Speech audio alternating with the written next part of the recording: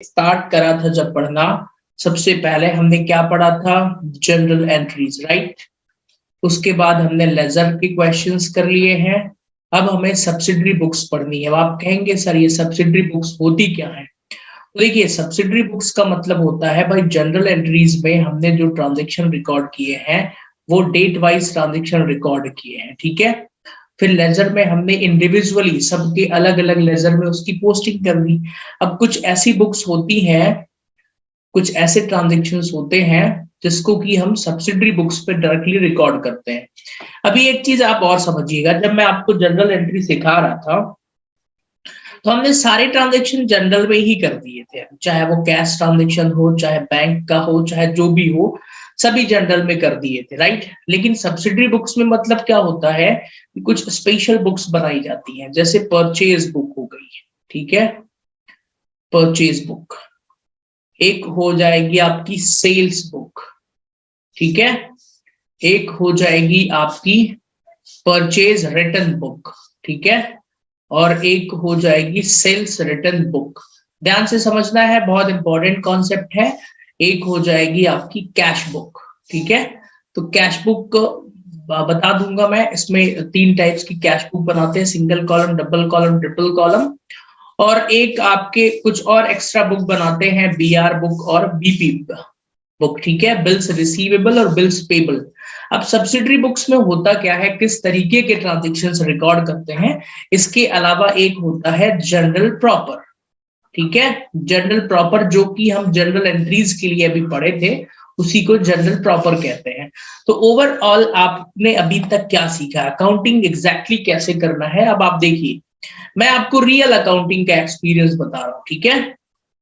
देखिए क्या होता है, जब आप एकेडमिक पढ़ते हैं बीकॉम या बीबीए में फर्स्ट ईयर में, तो आपने तो बुक्स में अकाउंट करा है। लेकिन जब आप अकाउंटिंग करने जाते हैं, सपोज दैट मैं आपको एक लाइव एग्जांपल के थ्रू बता रहा हूँ, आपको ऑफिस में क्या होगा जब आप एंट्री करने के लिए जाएंगे, सपोज मान लीजिए टैली पर ही एंट्री करना है आपको, ठीक है। मैं अपना रियल एक्सपीरियंस बता रहा हूँ, जब मैं सीए आर्टिकलशिप में फर्स्ट टाइम गया, क्योंकि मैं एकेडमिक जैसे मैंने भी पढ़ा वहां पर एंट्री सीखी, रियल में तो कभी एंट्री किया नहीं था। तो वहां पर क्या होगा, आपको एक फाइल ला करके दे देंगे, ठीक है। अब इस फाइल में ही सारे, यहाँ लिखा नहीं रहेगा स्टार्टेड बिजनेस विद कैश, यहाँ इस फाइल में नहीं लिखा रहेगा परचेज गुड्स, ठीक है, from Mohan Lal and discount, कुछ नहीं लिखा रहेगा भाई। इस फाइल में, ये फाइल में ना वाउचर्स रहेंगे, ओके, और बिल रहेंगे बहुत सारे। आपको अब खुद आइडेंटिफाइड करना पड़ेगा रियल अकाउंटिंग में। वहां पे तो सिंपल सा एक बिल रहेगा बस, और क्या, उसके अलावा कुछ रहेगा नहीं। तो उस बिल से, उस वाउचर से खुद पहचानिए कि ये कौन सा ट्रांजेक्शन है, ये परचेज है कि ये सेल है, क्या है, कैसा ट्रांजेक्शन है, राइट।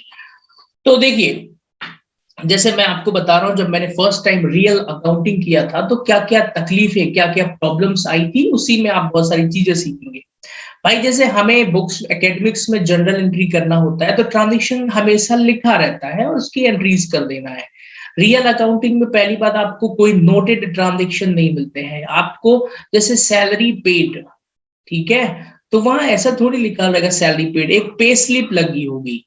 अब आपको ये पे स्लिप ढूंढना पड़ेगा, उसको पहचानना पड़ेगा कि किस महीने की सैलरी पे करा है।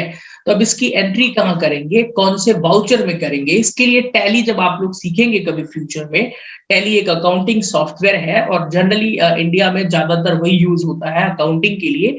तो टैली के सॉफ्टवेयर में भी इस तरीके से वाउचर्स बने होते हैं। जैसे मान लीजिए कि एफ वाउचर्स में पहला वाउचर हो गया यहाँ पे परचेज का, फिर एक वाउचर हो गया सेल्स का, फिर एक वाउचर परचेज रिटर्न का, नहीं परचेज रिटर्न वाला वाउचर टैली में नहीं रहता है, उसी में करते हैं मतलब। फिर पेमेंट का एक वाउचर हो गया, ठीक है, एक रिसीव का वाउचर, एक कॉन्ट्रा का वाउचर, एक जनरल का वाउचर, ऐसे 6-7 वाउचर होते हैं। F1 F2 F3 F नहीं sorry F3 F4 F5 F6 ऐसे बटन दबाते हैं तो आता है आप लोगों ने। अच्छा आप टैली कर रहे हैं, ठीक है, दैट्स ग्रेट, तो आपको ये रियल में मिलेगा जब आप टैली सीखने जाएंगे। अच्छा जब आप टैली पढ़ेंगे ना तो आपको वहां पर भी अकाउंटिंग ही सिखाते हैं, ठीक है। तो टैली में जब हम अकाउंटिंग करते हैं या रियल में अकाउंटिंग करते हैं और जब आप एकेडमिक्स में पढ़ते हैं तो डिफरेंस ये होता है अब आपको ना you need to identify the transactions, आपको ट्रांजेक्शंस खुद पहचानने पड़ते हैं, ठीक है। ट्रांजेक्शंस खुद कैसे पहचानना भाई, ट्रांजेक्शन ऐसे पहचानना है कि क्या ये परचेज है, क्या ये सेल्स है, ठीक है। मैं बड़ा कंफ्यूज होता था जब स्टार्टिंग में अकाउंटिंग करता था, अब परचेज और सेल्स ही नहीं पहचान पाता था। एक्सपेंसेस है, फॉर द एग्जांपल इन्होंने एक पंखा खरीदा, फैन, अब आप इसको कहाँ लिखेंगे भाई, ये इलेक्ट्रिसिटी एक्सपेंसेस होगा या फिर ये एसेट माना जाएगा, राइट। ऑफिस में इलेक्ट्रिसिटी की फिटिंग्स करवा दी आपने, तो क्या ये ऑफिस एक्सपेंसेस लिखेंगे इसको, या फिर आप कहेंगे नहीं सर इसको हम एसेट मानेंगे फिटिंग्स एंड फर्नीचर के नाम से। तो बहुत सारी चीजें हैं जो डॉक्यूमेंट्स को देख करके अकाउंटेंट को डिसाइड करना होता है, राइट नाउ। क्योंकि हम एकेडमिक्स में अभी अकाउंटिंग पढ़ रहे हैं, तो आपको इस क्लास में मैं अकाउंटिंग भी समझा रहा हूं कि कैसे रियल में अकाउंटिंग करते हैं। अब हम जनरल एंट्री में आते हैं और बैक टू द एकेडमिक्स, वापस एकेडमिक्स में आते हैं। तो ये जो सब्सिडरी बुक्स है, सब्सिडरी बुक्स क्यों बनाई गई हैं एक्चुअल में, तो जो भी ट्रांजेक्शन्स होते हैं, जितने भी कैश ट्रांजेक्शन्स होते हैं, वो हमेशा पेमेंट वाउचर में रिकॉर्ड होंगे, पेमेंट में एंट्री होंगी उनकी, ठीक है। और वो कहाँ जाएंगे, कैश बुक में चले जाते हैं, ठीक है ना। कैश एंड बैंक के जो भी ट्रांजेक्शन्स होते हैं, तो वो सब्सिडरी के कौन सी बुक में रिकॉर्ड होंगे, कैश बुक में। आप कहेंगे ठीक है सर कैश वाला कर लिया, फिर जितने भी क्रेडिट उधार परचेज होते हैं ना, क्रेडिट परचेज होते हैं, उधार जो भी सामान खरीदते हैं, वो कहाँ चला जाएगा, परचेस बुक वाले ट्रांजेक्शन में। फिर जितने भी क्रेडिट सेल्स होती हैं, जो भी सामान उधार बेचते हैं हम, वो कहाँ चला जाएगा, क्रेडिट सेल्स वाला सेल्स बुक में, ठीक है। फिर हमने जो परचेज किया था सामान, अगर हमने उसको लौटाया है, वैसे ही एक परचेज रिटर्न की बुक होगी, ऐसे ही एक सेल्स रिटर्न का रजिस्टर होगा। एक्चुअल में अब अकाउंटिंग समझने के लिए ना आप सीधे 50 साल पहले चलिए, जब कंप्यूटर का जमाना नहीं था, तो जो भी कंपनीज या इंस्टीट्यूशंस होते थे वो रजिस्टर रखते थे इस तरीके से। तो सबसे पहले वो कैश बुक का रजिस्टर रखते थे, ठीक है, फिर परचेज बुक का, सेल्स बुक का, परचेज रिटर्न बुक का, सेल्स रिटर्न बुक का, बीआरबीपी का, इस तरीके से, और एक जनरल का, ठीक है, जनरल एंट्रीज के लिए। तो फिर से बता दूं मैं एक बार प्रॉपर रिवीजन, फिर पढ़ते हैं। कैश ट्रांजेक्शन कहाँ रिकॉर्ड होंगे, cash bank transaction cash book में। क्रेडिट उधार खरीदा है तो कहाँ रिकॉर्ड हो जाएगा, परचेज बुक में, ठीक है। अगर उधार सेल करा है तो सेल्स बुक में, और रिटर्न इन दोनों के रिटर्न बुक में। तो ओवरऑल आपको बीकॉम लेवल पर, बीबीए लेवल पर कौन सी चीज मेन है जो एग्जाम एकेडमिक्स में पेपर में आनी है, दैट इज कैश बुक, ठीक है ना। ये चीजें बेसिक 11th क्लास में आपने पढ़ा होगा और ये एग्जाम में नहीं आएंगी, तो कैश बुक ही पेपर में आता है। तो आज हम पढ़ेंगे कैश बुक, ठीक है। अब देखिए जरा कैश बुक होता क्या है एग्जैक्टली। तो कैश बुक में जितने भी कैश ट्रांजेक्शन्स होते हैं, बैंकिंग से रिलेटेड या कैश ट्रांजेक्शन, वो कैश बुक में रिकॉर्ड किए जाते हैं। अब कैश बुक जनरल होता है कि लेजर होता है, आप लोग मुझे कमेंट करके बताइए जरा जल्दी से। कैश बुक क्या है, जनरल होता है कि लेजर होता है, जल्दी से मैसेज कमेंट करके बताएं, तब तक मैं फॉर्मेट बना लेता हूँ, ठीक है ना। डेट, पर्टिकुलर्स, JF, नहीं यहाँ पे LF लिखेंगे या वाउचर नंबर लिख देंगे, एंड अमाउंट, फिर डेट, पर्टिकुलर्स, वाउचर या इनवॉइस नंबर और अमाउंट। देखिए शिवांग गर आपने लिखा है लेजर और जूही ने भी लिखा है लेजर। देखिए आप लोग गलत बोल रहे हैं और तुक्का मार रहे हैं, एक्चुअल में सही बताऊं तो कैश बुक CA-CPT में पूछा जाता है एग्जाम, बहुत कठिन क्वेश्चन है ये। जो कैश बुक है ना वो जनरल एंड लेजर दोनों होता है। आप बड़े बड़े कॉमर्स टीचरों से पूछेगा वो कंफ्यूज कर देंगे, वो आप या जनरल बताएंगे या लेजर बताएंगे, ठीक है। अब आप कहेंगे कि कैसे दोनों होता है भाई, जनरल की डेफिनेशन क्या है, primary recording of transaction, first time कोई ट्रांजेक्शन जहां पर रिकॉर्ड होता है। तो कैश बुक में कैश ट्रांजेक्शन फर्स्ट टाइम ही रिकॉर्ड होता है, ठीक है ना। और लेजर का मतलब क्या होता है, डिस्क्रिप्शन, उस पर्टिकुलर अकाउंट के पूरे ट्रांजेक्शन एक जगह पर रिकॉर्ड हो, तो यहाँ सारे कैश ट्रांजेक्शन यहीं पे रिकॉर्ड होते हैं, इसलिए ये लेजर भी होता है, गॉट इट। तो कैश बुक अगर कोई पूछे व्हाट इज कैश बुक, तो ये जनरल और लेजर दोनों ही है। अब ये ट्रांजेक्शन कैसे रिकॉर्ड करेंगे, कॉलम्स देख लीजिए कौन कौन से होते हैं। पहले डेट, पर्टिकुलर्स, ये वाउचर नंबर या इनवॉइस नंबर लिखा रहता है, और amount. Date, particulars, again voucher या इनवॉइस नंबर और amount, this is CR and this is DR। Debit and credit side होते हैं। क्लियर है? नाउ ट्रांजैक्शन को रिकॉर्ड कैसे करेंगे, तो देखिए जो भी हमारे पास पैसा आएगा, अगर हमारे पास पैसा आएगा तो उसको कहाँ लिखेंगे, डेबिट साइड में। जो भी पैसा आएगा हमारे बिजनेस में और जो भी पैसा हमारे बिजनेस से जाएगा उसको कहाँ लिखेंगे, credit side. The simply concept comes in debit and goes out credit. ठीक है, ऐसे ही मतलब हमें पोस्टिंग करना है ना। कैश बुक कितने टाइप्स की होती है, कैश बुक, आप कहेंगे क्या सर रियल में भी 3 टाइप की कैश बुक बनाते? नहीं भाई, ये एकेडमिक में ही है।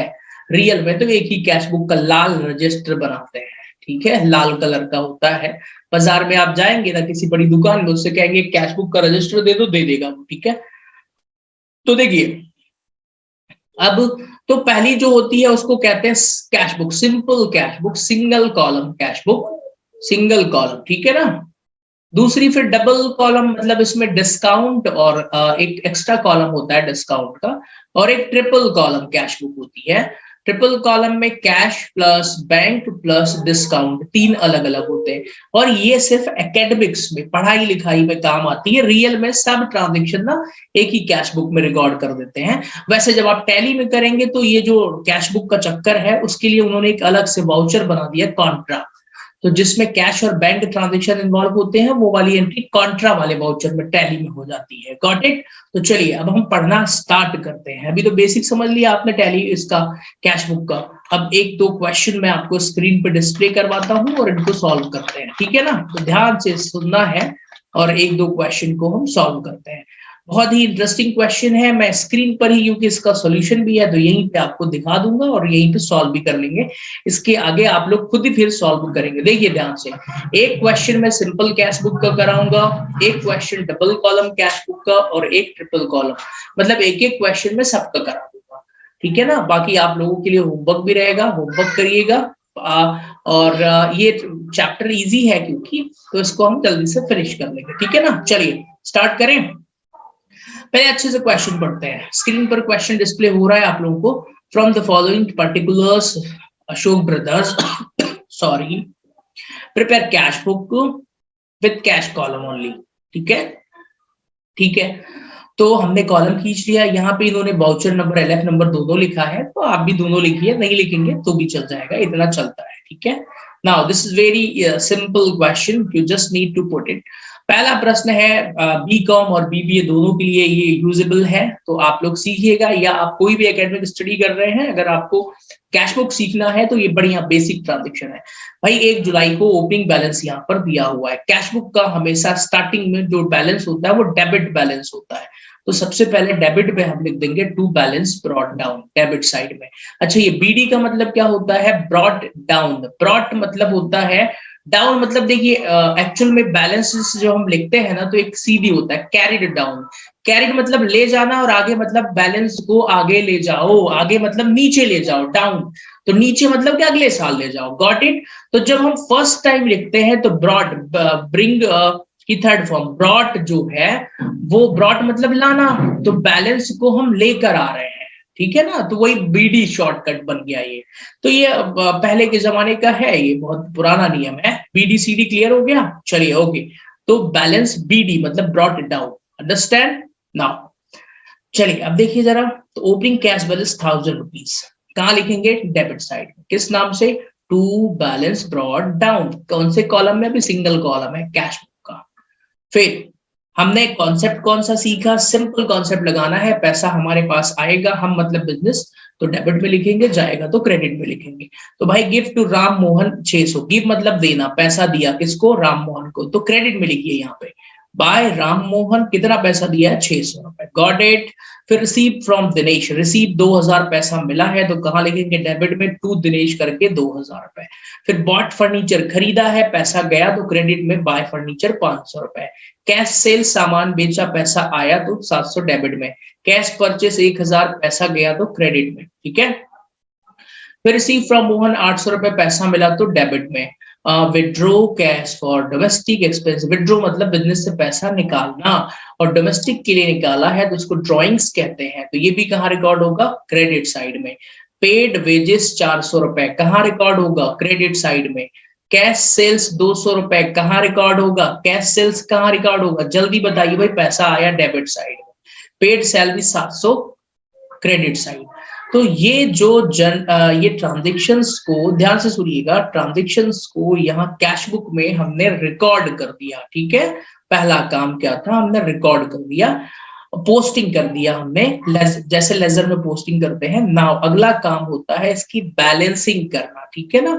अब ध्यान से सुनिए भाई, कैश बुक की बैलेंसिंग कैसे करते हैं। मान लीजिए आप घर पे कैश बुक बना रहे हैं और अचानक से आपके डेबिट साइड का टोटल जो है वो ज्यादा आ जाए कैश बुक बनाते समय। आप कहेंगे सर डेबिट का टोटल कैसे ज्यादा आ सकता है। भाई डेबिट का ही ज्यादा आता है, क्योंकि रिसीव करेंगे ज्यादा तभी तो पेमेंट दिखाएंगे, गॉट इट। तो किस साइड का टोटल ज्यादा आता है, डेबिट का। तो यहाँ का डेबिट का टोटल आ गया आपका 4700। अब क्रेडिट का टोटल करिए जरा, तो क्रेडिट में ये पूरा टोटल करिए, ठीक है। 30 कितना आ रहा है, 3400 क्रेडिट का टोटल। अब बैलेंसिंग मतलब यहां पर एक अमाउंट बैलेंस बचेगी। देखिए लेजर में बैलेंसिंग एग्जैक्टली करते कैसे हैं भाई, दोनों तरफ का टोटल बराबर कर देते हैं। यहाँ 4700 आया तो यहाँ 4700 लिखा, इधर का भी 4700 होना चाहिए, नहीं हो रहा था तो 1300 रुपए बैलेंस बच गया, और 3400 ये टोटल ही था। तो 1300 जो बैलेंस बचा उसको किस नाम से लिखेंगे, by balance carried down. Clear हो गया। आखिरी में ध्यान से सुनिए, अभी अगली माह की पहली तारीख को आपको लेजर पे ये बैलेंस ब्रॉट डाउन कर देना है, टू बैलेंस ब्रॉट डाउन 1300 रुपए। ये भी मतलब नीचे आप इसके करिए जैसे इन्होंने यहाँ पे करा है। This is the best way of presentation, ठीक है ना। So this was the simple cash book, बहुत ही आसान था। अगर आपको कोई डाउट हो तो आप लोग ये डाउट पूछ सकते हैं, ठीक है। नहीं है लिखना कंपलसरी है, लिखिए ना, जो दिक्कत क्या है, लिखने से अच्छा होता है। नहीं लिखेंगे तो भी कोई इशू नहीं है, बट वो एक ट्रेडिशन परंपरा है, ठीक है। चलिए आई होप आपको समझ में आ गया होगा। अब हम सीधे पढ़ते हैं डबल कॉलम कैश बुक में। No doubt, that's great. Double column मतलब भाई नाम से ही पता चल रहा है दो कॉलम। ये दो कॉलम कौन कौन से होंगे, कई किताबों में कैश और बैंक को भी डबल बोलते हैं, ऐसा कुछ नहीं नियम लिखा है। तो डबल कॉलम मतलब कैश और डिस्काउंट, कोई फर्क नहीं पड़ता भाई, सब कुछ सेम है, इसके जैसा ही है।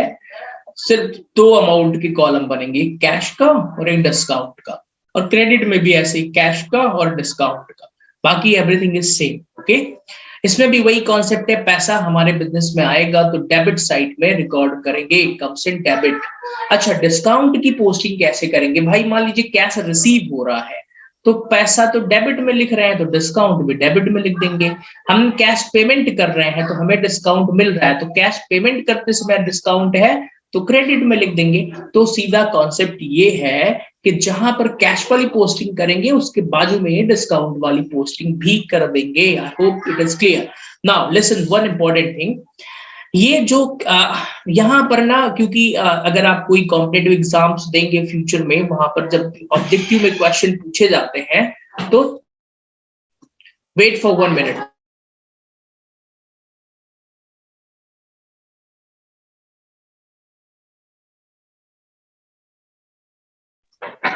तो अगर मान लीजिए कि आप कोई कॉम्पिटेटिव एग्जाम्स दे रहे हैं तो एक बड़ा अच्छा क्वेश्चन पूछा जाता है।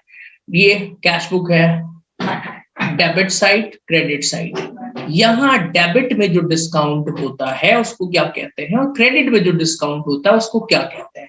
तो ये आप लोग ना कमेंट करके मुझे बताइए, अभी आपको कितना पता है, फिर मैं तो बता ही दूंगा चलिए किसी क्वेश्चन में, ठीक है।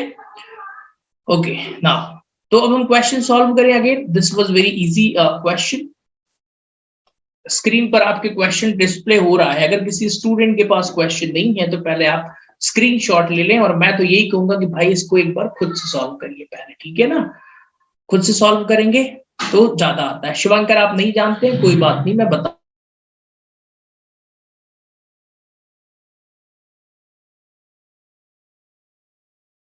चलिए करें।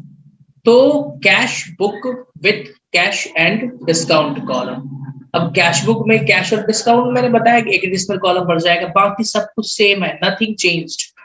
तो फॉलोइंग ट्रांजेक्शन को कैश बुक में रिकॉर्ड करना है। और आगे लिखा है पोस्ट देम इनटू लेजर, ये लेजर चैप्टर में पढ़ाया है मैंने, तो ये यहाँ पर पोस्टिंग नहीं सिखाऊंगा, वो आप लेजर में सीख चुके हैं। अंडरस्टैंड। चलिए फर्स्ट ट्रांजेक्शन क्या है, 1 अप्रैल को ट्रांजेक्शन है कैश बैलेंस 500 रुपए। भाई कहाँ लिखेंगे इसको, डेबिट साइड में लिख देंगे, to balance brought down, cash वाले कॉलम में लिख देंगे 500 रुपए। फिर 3 तारीख को है गेव टू मोहन और रिसीव डिस्काउंट 15 रुपए। गेव मतलब दिया 300 रुपए, 15 रुपए डिस्काउंट मिले। अरे ध्यान से सुनिए, पैसा गया है तो एंट्री कहाँ करेंगे, क्रेडिट में करेंगे, और डिस्काउंट भी कहाँ लिखेंगे, क्रेडिट में ही, डिस्काउंट कॉलम में अमाउंट। तो किस नाम से एंट्री करेंगे, बाय मोहन के नाम से। ठीक है, तो ये बाय मोहन के नाम से ट्रांजेक्शन 15 रुपए डिस्काउंट वाले कॉलम में और 300 रुपए यहाँ पर। अगर आप कहेंगे सर ये वाला थोड़ा डिटेल में पढ़ा दीजिए आप, तो हमें नहीं आता कुछ। अरे ऐसा कैसे नहीं आता, फिर भी पढ़ा देता हूँ। पेड टू मोहन की एंट्री क्या होती है, Mohan account debit to cash और टू डिस्काउंट। तो ये लेजर पोस्टिंग है भाई, हमने मोहन को पे करा है, ठीक है, और टू कैश और टू डिस्काउंट। कैश तो यही पोस्टिंग ही करना है हमें, और क्या भाई, हम कैश बुक बना रहे हैं तो कैश किस साइड में, क्रेडिट साइड में, तो ये कैश के क्रेडिट साइड में एंट्री कर देंगे बाय मोहन के नाम से। लेजर पढ़ाया था ना मैंने, ये कैश में 300, डिस्काउंट का लेजर ये है, डिस्काउंट किधर है, क्रेडिट में, तो बाय मोहन के नाम से डिस्काउंट में पोस्टिंग। मतलब आप समझिए कि ये लेजर है एक तरीके से। अभी मैंने बताया था ना ऊपर ही, कैश बुक जो है वो दोनों का काम करता है। ठीक है, चलिए आगे बढ़े। नहीं, डिस्काउंट का अलग से कहां बनाना, इसी में जोड़ दिया है। अंडरस्टैंड। मतलब ये जो डबल कॉलम कैश बुक है, आप इसको आसान भाषा में ऐसे कह सकते हैं कि डिस्काउंट वाला लेजर भी यही जोड़ दिया है बस। अगले ट्रांजेक्शन पर आइए। तो भाई received from Mohan allowed him discount, Mohan से 800 मिले, 10 रुपए डिस्काउंट दिया। 800 मिला है, यही से एंट्री सुनी है आप, तो पैसा मिला है तो टू मोहन लिखेंगे, टू मोहन 800 रुपए कैश में और डिस्काउंट वाले कॉलम में 10 रुपए। अंडरस्टैंड। ये देख लीजिए यहाँ पे ऐसे किया होगा बिल्कुल, 800 और 10। फिर cash purchase 600, simple entry by purchase के नाम से। फिर रिसीव फ्रॉम अशोक 700 रुपए, वही कहानी है, अशोक और 8 रुपए डिस्काउंट, 700 रुपए यहाँ पे। ठीक। Paid to Mohanlal, receive discount, Mohanlal को 900 पे करा है तो क्रेडिट में लिखेंगे बाय मोहनलाल 900, डिस्काउंट में वही 10 रुपए। फर्नीचर खरीदा, बाय फर्नीचर, मोहन सन्स को दिया, सोहन एंड सन्स को by Sohan and sons. Purchase किया है तो बाय परचेस, मोहनलाल से 300 मिला, 2 रुपए डिस्काउंट, तो टू मोहनलाल 300 डेबिट में, 2 रुपए डिस्काउंट पे। ऑफिस खर्चा 100 रुपए, बाय ऑफिस एक्सपेंसेस। स्क्रीन आपके सामने है, ये है। बैलेंसिंग करना सिखाई दिया पिछले क्वेश्चन में, पहले डेबिट का टोटल करिए, हाँ, अब क्रेडिट के टोटल से घटा के ये बैलेंस आएगा। अच्छा एक चीज और सिखा दूं, जब भी हम कैश बुक बनाते हैं तो डिस्काउंट कॉलम की बैलेंसिंग नहीं करते हैं, इसका डेबिट वाला टोटल और क्रेडिट का टोटल अलग अलग आता है, वही लिख देंगे। तो जो डेबिट का होता है इसको कहते हैं डिस्काउंट अलाउड, ये हमारे लिए खर्चा होता है, एक्सपेंसेस। और जो क्रेडिट में होता है इसको कहते हैं डिस्काउंट रिसीव्ड, ये हमारे लिए इनकम होता है। अंडरस्टैंड। तो इसको फ्यूचर में जब आगे प्रॉफिट एंड लॉस अकाउंट बनाते हैं वहां क्रेडिट में लिखेंगे और इसको डेबिट में लिखेंगे। ये छोटी बात नहीं है, ध्यान से सुनिए। आपको लग रहा है सर ये कोई छोटी बात है, अरे जब आगे अकाउंटिंग करेंगे तो पता चलेगा, ऐसे बहुत कंफ्यूजन होते हैं। ठीक है ना, चलिए आगे बढ़े। लेजर मैंने बताया कि लेजर मैंने पहले ही बता दिया है आपको, तो इस क्वेश्चन में लेजर नहीं सीखना है। कैश बुक पे सबसे खतरनाक पॉइंट सीखना है अब आपको, वो है कॉन्ट्रा एंट्री। अब ये कॉन्ट्रा एंट्री क्या होती है, कैसे होती है, कब करते हैं, यही चीज आपको सीखना है और यही चीज है खतरनाक। ठीक है, कॉमर्स में 90% बच्चों से ना कॉन्ट्रा एंट्री नहीं बनती है, और बनेगी भी तो वो एकेडमिक्स थोड़ा बहुत सीख के भूल जाएंगे। क्यों नहीं बनती है, क्या कारण है इसके, मुझे नहीं पता। हो सकता है अच्छे से समझाने वाले लोग ना हो, या स्टूडेंट थोड़ा सा टफ तो लगती है, मतलब तो नहीं समझ पाते हैं। देखिए मैं आपसे बोलूंगा, आपको ना सिर्फ एक ही क्वेश्चन करना है, ठीक है, थर्ड वाली ही एग्जाम में आती, बिल्कुल। अभी तो मैं बैकग्राउंड तैयार कर रहा था आपके लिए ना, पेपर में तो यही आता है और यही नहीं बनता है। तो देखिए मैं ना आपको क्वेश्चन सॉल्व कराने से ज्यादा किस पर फोकस करूंगा, समझाने में। देखिए आप रजिस्टर में लिख लीजिए, अरे क्लियर कट लिख लीजिए भाई, सिर्फ 2 जगहों पर कॉन्ट्रा एंट्री होती है। पहला कौन सा है, लिख लीजिए, कैश रिसीप्ट, कैश रिसीप्ट मतलब पैसा मिला, ठीक है। दूसरा नहीं सॉरी, इसको ऐसा नहीं लिखिए, कैश रिसीप्ट नहीं होगा, सिर्फ cash withdrawal from bank, withdrew या ड्रॉ एक ही बात है, फ्रॉम बैंक, बैंक से पैसे निकाले। दूसरा कैश डिपॉजिटेड इनटू बैंक। अब आप कहेंगे सर ये कॉन्ट्रा एंट्री है क्या भाई, क्या चक्कर है इसका, कैश डिपॉजिटेड इनटू बैंक। देखिए आप चाहे रट लीजिए चाहे समझ लीजिए, आपको ये दो ट्रांजेक्शन में ही कॉन्ट्रा करना है, ठीक है ना। मैं रिपीट कर रहा हूं, आवाज नहीं आ रही है, ओके ठीक है, मैं रिपीट कर रहा हूं फिर से। कॉन्ट्रा एंट्री दो ही केसेस में होती है, पहला case cash withdrawal from bank, दूसरा cash deposited into bank, okay. जब हम बैंक से पैसा निकालते हैं तो जनरल एंट्री क्या होगी, cash account debit to bank account, यही एंट्री होती है ना, ओके। और जब हम बैंक में पैसा जमा करते हैं तो एंट्री क्या होती है, bank account debit to cash account, clear. तो ओवरऑल आप कहेंगे कि सर हमें एक बात बड़ी अच्छे से समझ में आ गई, और वो ये है कि जब एक ही एंट्री में कैश और बैंक दोनों डेबिट या क्रेडिट हो जाएं तभी कॉन्ट्रा एंट्री होगी। ये तो बड़ा अच्छा स्टेटमेंट मैंने बोल दिया, क्या आप इस स्टेटमेंट को लिखना चाहेंगे, लिख लीजिए, क्या बोल रहा हूं मैं, ये रटने वाली पढ़ाई होती है पर फिर भी लिख लीजिए, भूल जाएगा। एक ही एंट्री में, लिख लीजिए इसको, एक ही एंट्री में अगर कैश और बैंक डेबिट या क्रेडिट हो जाए, डेबिट या क्रेडिट हो जाए तो उसे कॉन्ट्रा एंट्री कहते हैं, ठीक है ना, कॉन्ट्रा एंट्री कहते हैं। लिख लिया आपने सभी ने, आई होप आपने ये लाइन लिख लिया होगा। फिर से बता दूं, एक ही एंट्री में अगर कैश और बैंक डेबिट या क्रेडिट हो जाए उसे कॉन्ट्रा एंट्री कहेंगे। ये परिभाषा एग्जाम में नहीं लिखना है, ये तो मैं समझाने के लिए बता रहा हूँ, ठीक है। एग्जाम के लिए थ्योरी पढ़िए अच्छे से, वहां पे सब दिया रहता है बुकों में ना। ये देखिए जो मैंने लिखा आया वही यहाँ पर है भाई, एक ही एंट्री में कैश या बैंक डेबिट या क्रेडिट हो जाए, डेबिट या क्रेडिट हो जाए, हो रहा है ना, ठीक है।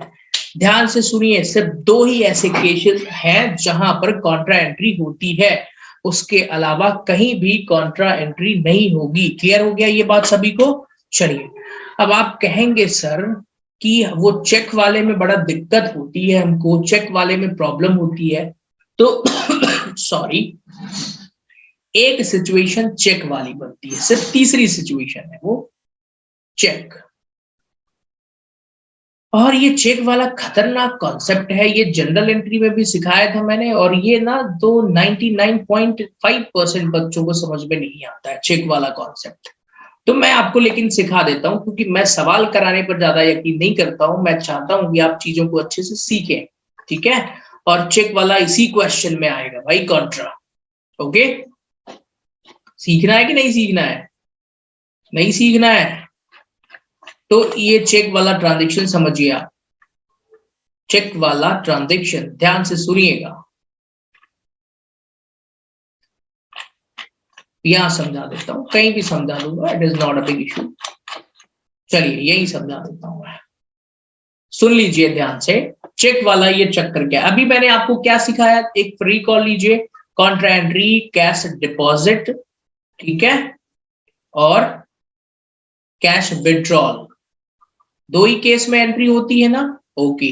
थर्ड केस में बता रहा हूं, एक्चुअल में वो थर्ड केस ना पहले केस का ही नाम है, तो एक्चुअल में मेन दो ही होता है, थर्ड केस पहला ही केस क्यों है उसके लिए आपको एक कॉन्सेप्ट और समझना पड़ेगा। चेक जब भी, ये वाला कॉन्सेप्ट लिख लीजिए कॉपी में, 99.9% कॉमर्स के बच्चों को ये एंट्री में कंफ्यूजन होता है, मैंने बहुत बच्चों को पढ़ाया है भोपाल में, ठीक है ना, तो बच्चों को कंफ्यूजन होता है हमेशा इस एंट्री में, क्यों मुझे नहीं पता। तो देखिए कारण समझिए, पहला अगर हमने चेक ट्रांजैक्शन, चेक रिसीव करा हमने, क्वेश्चन में लिखा रहता है चेक रिसीव फ्रॉम मोहन, देखिएगा फ्रॉम मोहन, बस इतना ही लिखा है ट्रांजेक्शन भाई। ठीक है, बैंक में जमा करने की जानकारी नहीं दी है, तो इस ट्रांजेक्शन को जब हम एंट्रीज करते हैं नॉर्मली बुक्स में, तो हम इसको पहले ना कैश ट्रांजेक्शन मान लेते हैं। क्या मान लेते हैं? Cash transaction. तो इसकी एंट्री जनरली हम कर देते हैं cash account debit to Mohan. ठीक है, मोहन को क्रेडिट कर दिया, कैश को डेबिट कर दिया, मतलब आपने चेक को ना कैश मान लिया है। अब ध्यान से सुनिए जरा, तो दूसरे दिन जब आप इस चेक को बैंक में जमा करने जाएंगे, क्वेश्चन में लिखा रहता है Mohan cheque was deposited, cheque was deposited, तो मोहन का चेक जब जमा करने जाएंगे तो आपने इसको कैश मान लिया था, तो अब एंट्री क्या करेंगे आप? पैसा तो आपको कैश को क्रेडिट करना पड़ेगा ना, तो आप एंट्री करेंगे bank account debit to cash. और जब आपने एंट्री ये वाली कर दी bank account debit to cash, तो ये कॉन्ट्रा के नियम में आ गया कि भाई एक ही एंट्री में बैंक और डेबिट क्रेडिट हो तो कॉन्ट्रा होगा। तो this was the third case. Okay, चलिए ना सब चीजें पढ़ लिया है, एक क्वेश्चन करते हैं, ध्यान से सुनना है। ये क्वेश्चन आपके सामने स्क्रीन पर है, दिस इज क्वेश्चन नंबर 3।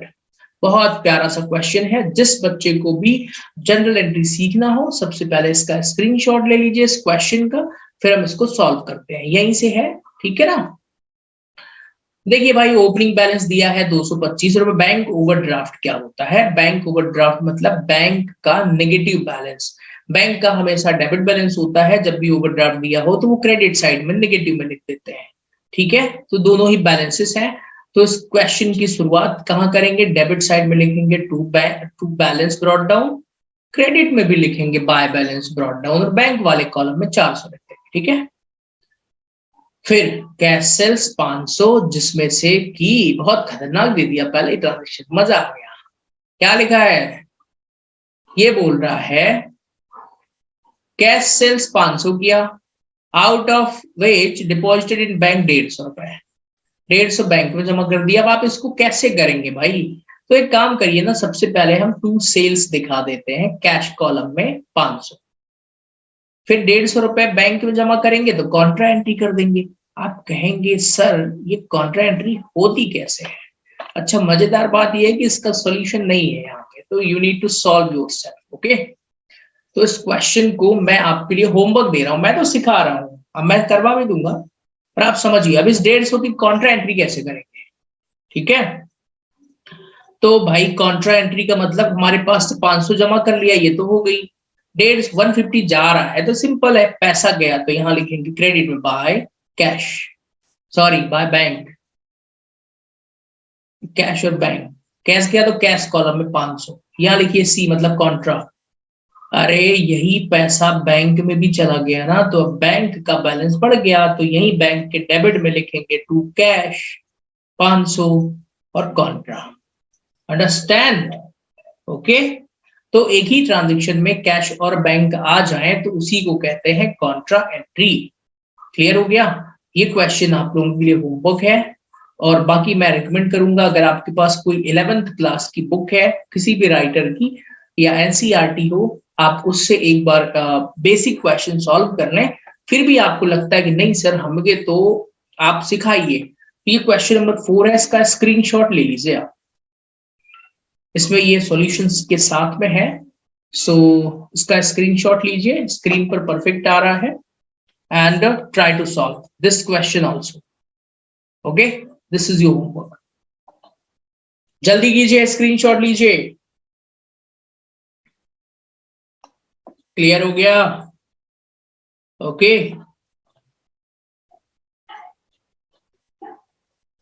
चलिए आई होप आपने स्क्रीनशॉट ले लिया होगा। ठीक है ना, दिस इज योर होमवर्क। आप बाकी अगली क्लास में मिलते हैं। मंडे टू फ्राइडे आपकी क्लास रहती है, तो सैटरडे संडे ऑफ रहेगा। सोमवार को मिलते हैं, कैश को पूरा सॉल्व कर लीजिएगा, जिससे हम सोमवार को नया चैप्टर पढ़ें।